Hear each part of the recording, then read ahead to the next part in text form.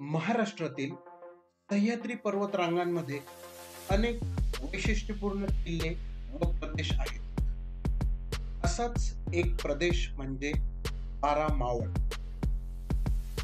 या बारा मावळातील पवन मावळ हा भाग म्हणजे निसर्गाची मनसोक्त उधळण असलेला हिरवेगार डोंगर दऱ्यांचा भाग. खळखळून वाहणारे पाणी, धबधबे यामुळे पर्यटकांची पावले इकडे आपसुकच वळतात.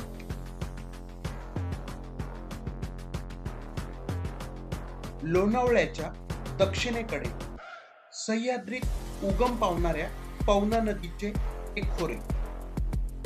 1975 साली या नदीवर पवना धरणाचा विस्तीर्ण जलाशय साकारला गेला.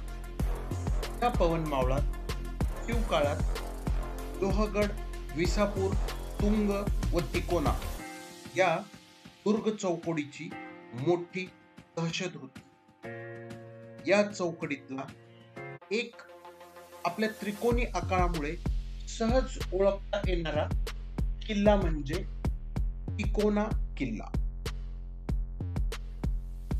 आटोपशीर त्रिकोणी आकाराचा किल्ला म्हणून याचं नाव तिकोना.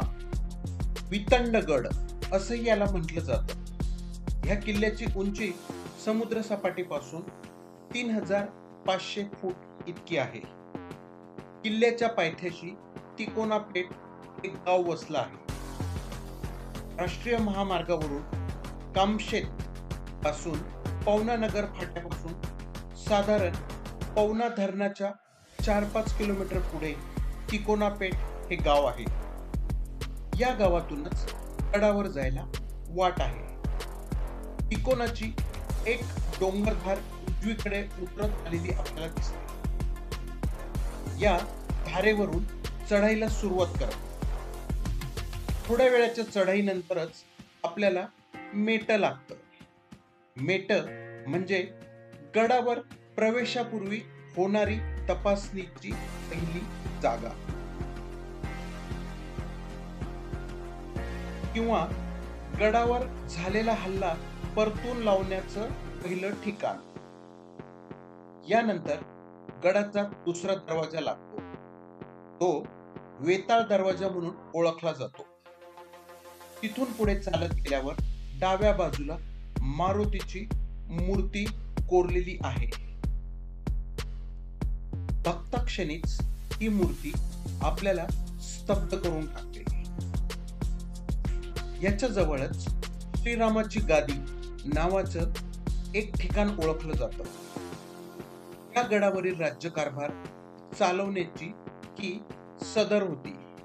त्याशिवाय इथे 6 खणी श्रीरामाचं मंदिर होतं. इथे वेगवेगळे सण व उत्सव साजरे केले जात असत. पुढे काही अंतरावर चुन्याचा घाणा आपलं लक्ष वेधून घेतो.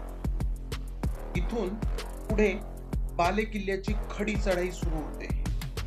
इथं मात्र आपला खरा कस लागतो. पायऱ्यांची उंची जरा जास्त असल्यामुळे चांगलीच दमछाक होते.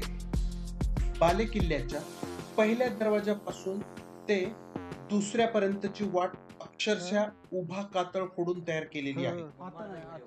2 ते 15 फूट उंची खोलीच्या त्या नाळेतून 2 ते 3 फूट रुंदीची वाट वर चढते. अरुंद वाट, उंच पायऱ्या आणि भोवतीने अंगावर येणाऱ्या उभ्या कातळ भिंती हे कोरीव काम मनातील दडपण वाढवत जाते. बालेकिल्ल्याचा दुसरा दरवाजा पहिल्यापेक्षा प्रशस्त आखीव रेखीव आहे. दरवाजासमोर अर्धवर्तुळाकार बुरुज बांधून तो अधिक सुरक्षित केलेला आहे. या बुरुजाला आतील बाजूस बसण्यासाठी एक ओटाही बांधलेला आहे. डावीकडे हलकाठीचा बुरुज आहे. त्यानंतर तिसरा दरवाजा आहे. तो दरवाजा ओलांडताच आपण बालेकिल्ल्यात प्रवेश करतो. तिकोन्याचा बालेकिल्ला खूपच छोटा आहे. ऐन माथ्यावरचे छोटे खाणी तरंडेश्वराचे मंदिर आहे. एक मोठा तलाव, 2-4 खोदीव टाक्या, धान्याचे कोठारे व थोडेफार अवशेष. तिकोना गड त्याच्या इतिहासाबद्दल फारसा काही बोलत नाही. या परिसरात फार लढाया देखील झाल्या नाहीत. तरीही इतिहासात पवन मावळातील एक मुख्य चौकी म्हणून तिकोना गडाचे मोठे महत्त्व होते. छत्रपती शिवरायांनी त्यांच्या स्वराज्याच्या घौडदौडीत सुरुवातीला जे किल्ले घेतले त्यामध्ये तिकोनाही होता. त्यावेळी राजांनी अन्य गडाबरोबर याचेही नाव बदलून तिकंडगड असे ठेवले. तिकोन्याचे दुर्गदर्शन आटोपले की आपले लक्ष जाते ते आजूबाजूच्या डोंगर दऱ्यावर. गडाच्या माथ्यावरून सारा पवन मावळ नजरेत बसतो. पवनेचा विशाल जलाशय तर नजर विस्फारतो.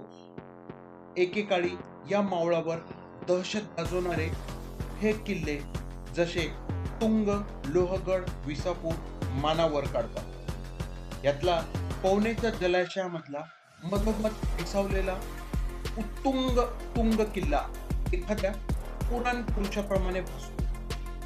पावसाळ्यामध्ये या साऱ्या मुलखाला एक झळाळी येते. हिरवे डोंगर, ओल्या भात खाचरांनी सगळा पवन मावळ नटून जातो. या हिरवाईतून लाल कौलांच्या वाड्या वस्त्या उठून दिसतात.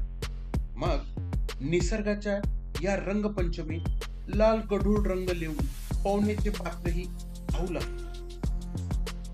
मावळातल्या डोंगर वाटांना पाय उमटवायला आणि सगळा पवन मावळ मनात साठवायला हा उत्तम काळ. चला तर मग.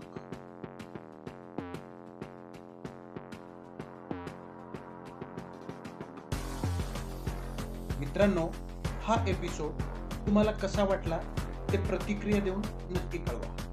आणि हो, या चॅनलला सबस्क्राईब केलं नसेल तर सबस्क्राईब करायला विसरू नका.